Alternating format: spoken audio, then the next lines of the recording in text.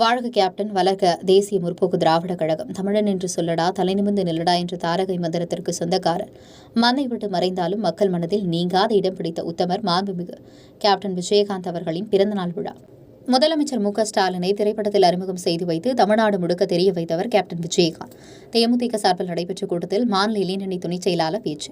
மயிலாடுதுறை மாவட்டம் திருக்கடையூரில் தேமுதிக சார்பில் அக்கட்சி நிறுவனர் கேப்டன் விஜயகாந்தின் 72வது பிறந்தநாள் விழா மற்றும் பத்மபூஷன் விருதுக்கான பொதுக்கூட்டம் நடைபெற்றது. மாவட்ட செயலாளர் எஸ்.ஆர். ஜலபதி தலைமையில் நடைபெற்ற கூட்டத்தில் அக்கட்சியின் மாநில இளைஞரணி துணைச் செயலாளர் எம்.கே. பாலமுருகன் பங்கேற்று பேசினார்.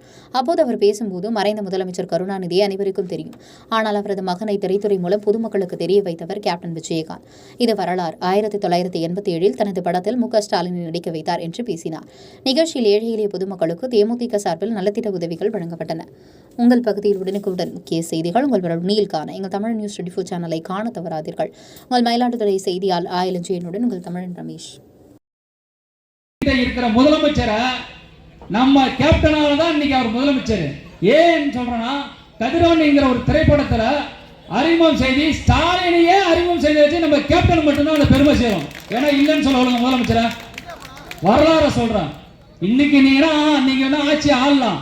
நீங்க ஆட்சியில ஆள்றதுக்கு காரணம் என் தானே தங்கத்தலை கேப்டன் மட்டும்தான். கருணாநிதியை தெரியும், அண்ணாவா தெரியும், கருணாநிதி தெரியும். கருணாநிதி மகன் ஸ்டாலின் யாருக்குமே தெரியாது. நமது கேப்டன் நடித்து கொடுத்தார்.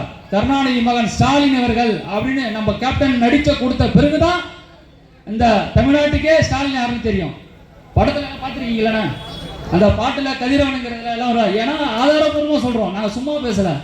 அப்படின்ற ஒரு அப்பவே ஆரம்பிச்சு நமது சிறப்பா நம்ம சரி மக்களுக்கு நல்லது செய்யணும் என்ன பண்ணணும்னு சொல்லி